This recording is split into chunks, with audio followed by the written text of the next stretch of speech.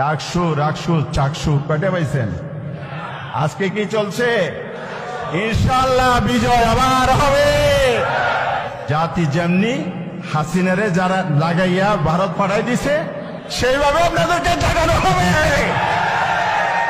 সুতরাং এগুলো না করে আমি কথা বাড়াতে চাই না। কেয়ারটেকার সরকার আপনারা বুঝেন, বুঝছে পরে গোলাই খাইছে, মনে আছে নাকি? আর একদিন ওনারাই দাবি করবেন 96 সালের কেয়ারটেকার বুঝে নাই, আবার 11 সালে যখন একটা আওয়ামী লীগ বাদ দিল, এই 12-14 বছর ওনারাই বেশি বেশি আন্দোলন করেছেন কেয়ারটেকার সরকারের জন্য। কারণ লক্ষ্য হলো ক্ষমতা, সুষ্ঠু নির্বাচন হলে ক্ষমতায় আসতে পারে না, এই জন্য হাসিনা এটাকে বাতিল করছে ৫০ সংশোধন দিয়ে। আর ওনারা দেখছে যে আগে যা বলছি ভুলভাল, এখন একটু ক্ষমতায় যাইতে হবে, কেয়ারটেকার লাগবে। আমরা বলতে চাই সময়ের ব্যবধানে ওনারাই শিক্ষকে আপনাদেরকে ছাত্র বানাবেন, পিয়ারের ছাত্র।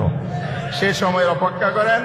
আমার মহেশখালী এলাকার রিক্সাওয়ালাকে জিজ্ঞেস করলাম, ভাই পিয়ার বুঝুনি?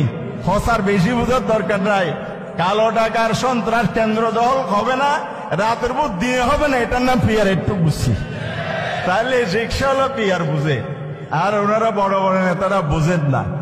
বুঝবেন সময়ের ব্যবধানে।